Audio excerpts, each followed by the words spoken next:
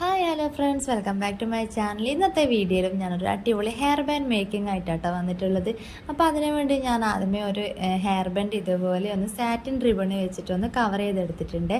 അപ്പോൾ അതിനുശേഷം ഞാൻ അതിന് ഡിസൈൻ ചെയ്യാൻ വേണ്ടിയിട്ട് എപ്പോഴത്തെയും പോലെ തന്നെ ഞാൻ 3 ക്ലോത്താണ് എടുത്തിട്ടുള്ളത്. നെറ്റ് ഫാബ്രിക്കിൻ്റെ യെല്ലോ കളറും ഗ്രീൻ കളറും അതേപോലെ സാറ്റിൻ്റെ ഒരു പീസ് ക്ലോത്തുമാണ് എടുത്തിട്ടുള്ളത്.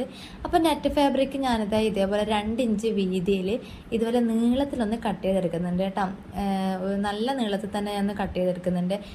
ഈ നെറ്റ് ഫാബ്രിക്കിനൊക്കെ മീറ്ററിന് 20 രൂപയുള്ളൂ കേട്ടോ. ഒരു മീറ്ററൊക്കെ വാങ്ങിയാൽ നമുക്ക് ഒരുപാട് ടൈപ്പിൽ പല ഡിസൈൻസിൽ നമുക്ക് ഈ ഒരു ഹെയർ ബാൻഡ് മേക്ക് ചെയ്യാൻ പറ്റും കേട്ടോ. ഒരുപാട് ഹെയർ ബാൻഡ് നമുക്ക് ഈ ഒരു ഫാബ്രിക് വെച്ച് തന്നെ നമുക്ക് ഉണ്ടാക്കാൻ പറ്റും. അപ്പം ഞാനിതാ ഇതേപോലെ നീളത്തിൽ കട്ട് ചെയ്തെടുത്ത ആ ഒരു പീസിൽ അറ്റത്തുനിന്ന് ഇതൊന്ന് ഇതുപോലെ ഒന്ന് റണ്ണിങ് സ്റ്റിച്ച് ചെയ്ത് കൊടുക്കുന്നുണ്ട് കേട്ടോ. റണ്ണിങ് സ്റ്റിച്ച് എന്ന് പറഞ്ഞാൽ ജസ്റ്റ് ഒന്ന് ഇങ്ങേ അറ്റത്തുനിന്ന് അതിൻ്റെ മറ്റേ അറ്റം വരെ ഒന്ന് സൂചി നൂല് വെച്ചിട്ടൊന്ന് കോർത്ത് കൊടുക്കുന്നുണ്ട്. നെറ്റ് ഫാബ്രിക് എടുക്കുമ്പോൾ നമ്മൾ സെയിം കളർ നൂല് തന്നെ എടുക്കാൻ ശ്രമിക്കുക കേട്ടോ. അപ്പം ഞാൻ ഇതേപോലെ ഒന്ന് കോർത്ത് കൊടുത്തു കഴിഞ്ഞതിന് ശേഷം അതിൻ്റെ 2 അറ്റവും കൂടി ഇതുപോലെ ഒന്ന് ടൈറ്റാക്കി വലിച്ചു പിടിച്ച് ഇതിൻ്റെ 2 അറ്റവും കൂടി ഇതുപോലെ ഒന്ന് സ്റ്റിച്ച് ചെയ്ത് കൊടുക്കുക.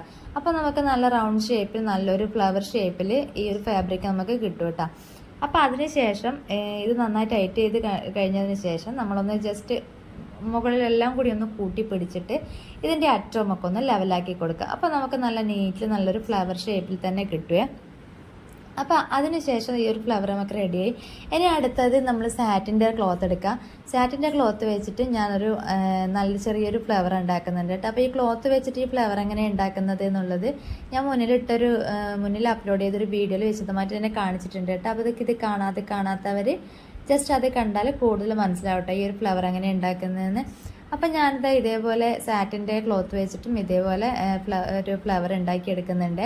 വളരെ എളുപ്പത്തിൽ ഈസി ആയിട്ട് സിമ്പിളായിട്ട് ചെയ്യാൻ പറ്റുന്ന ഒരു ഡിസൈനാണ് കേട്ടോ ഇത്. കൂടുതലും നമ്മൾ ഫ്രോക്കിൻ്റെ കൂടെയൊക്കെ നമ്മൾ കുട്ടികൾക്ക് വാങ്ങിക്കൊടുക്കുന്ന ഹെയർ ബാൻഡ് ഈ ഒരു ഡിസൈനിലായിരിക്കും കൂടുതലായിട്ട് ഉണ്ടാവുകയെന്ന് വെച്ചാൽ ഒരു നല്ല ഫ്ലവർ, നല്ല വലിപ്പത്തിൽ നല്ല ഫ്ലവറായിട്ട് നല്ല കളർ സൈൻസ് ആയിട്ടുള്ള ഹെയർ ബാൻഡ് ഇട്ട് കൊടുത്താൽ നന്നായിരിക്കും കേട്ടോ. അപ്പം ഞാനിതാ ഇതേപോലെ സാറ്റിൻ്റെ ക്ലോത്ത് വെച്ചിട്ട് ഇതേപോലെ ഒരു ഫ്ലവർ ഒന്ന് ഉണ്ടാക്കിയെടുത്തിട്ടുണ്ട്. അതിനുശേഷം ഞാനത് നമ്മൾ മുന്നേ ഉണ്ടാക്കി വെച്ച ആ ഒരു ഗ്രീൻ കളർ ഫ്ലവറിലേക്കൊന്ന് വെച്ച് കൊടുക്കുന്നുണ്ട് കേട്ടോ. അതിനുശേഷം ഇതേ നമ്മൾ ഗ്രീൻ കളറിൽ ഉണ്ടാക്കിയ ഫ്ലവർ പോലെ തന്നെ നമ്മൾ മുന്നേ എടുത്ത യെല്ലോ കളർ നെറ്റ് ഫാബ്രിക്കിലും ഇതേപോലൊരു ഫ്ലവർ ഞാനൊന്ന് ഉണ്ടാക്കിയെടുക്കുന്നുണ്ട്.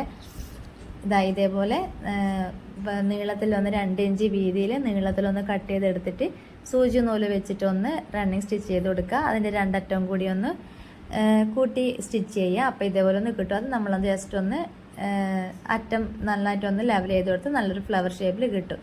അപ്പോൾ നമ്മളിത് ഈ 3 ക്ലോത്തിനെ കൊണ്ട് ഉണ്ടാക്കിയ ഫ്ലവേഴ്സും ഇതേപോലെ മേലെ വെച്ചിട്ട് ഇതേപോലെ 3 കൂടി ഒന്ന് സ്റ്റിച്ച് ചെയ്ത് കൊടുക്കുക. 3 ഒരുമിച്ച് ചേർത്ത് തന്നെ സ്റ്റിച്ച് ചെയ്ത് കൊടുത്താൽ മതി. ഒട്ടിച്ച് കൊടുക്കുന്നതിനേക്കാൾ നല്ലതായിട്ട് സ്റ്റിച്ച് ചെയ്ത് കൊടുക്കുന്നത്.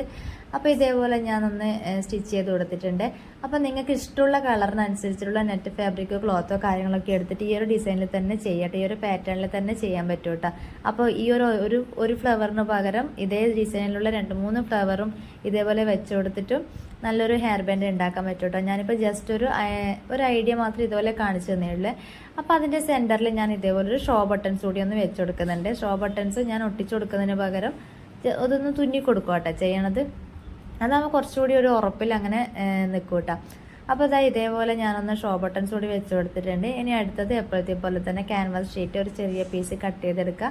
അതിലേക്ക് ഗമ്മ തേച്ചിട്ട് അതിൻ്റെ അടിഭാഗത്ത് ഇതുപോലെ ഒന്ന് ഒട്ടിച്ചു കൊടുക്കുക. അതിൻ്റെ മേലെ വീണ്ടും ഗമ്മ തേച്ചിട്ട് നമുക്ക് ഹെയർ ബാൻഡിലേക്ക് ഒട്ടിച്ചു കൊടുക്കുക കേട്ടോ. നല്ലൊരു അടിപൊളി ഹെയർ ബാൻഡ് തന്നെയാണ് കേട്ടോ ഇത്. നമ്മൾ കടയിൽ നിന്നൊക്കെ വാങ്ങിക്കുമ്പോൾ നല്ല പൈസ കൊടുത്ത് വാങ്ങിക്കുന്ന ഒരു ഹെയർ ബാൻഡ് ആയിരിക്കട്ടെ ഇത്. അപ്പോൾ ഇത്രയേ ഉള്ളൂ. നമുക്ക് ഇതേപോലത്തെ പല ഡിസൈൻസ് ഉണ്ടാക്കാം. വീഡിയോ ഇഷ്ടപ്പെട്ടോ ഒന്ന് ലൈക്ക് ചെയ്യുക.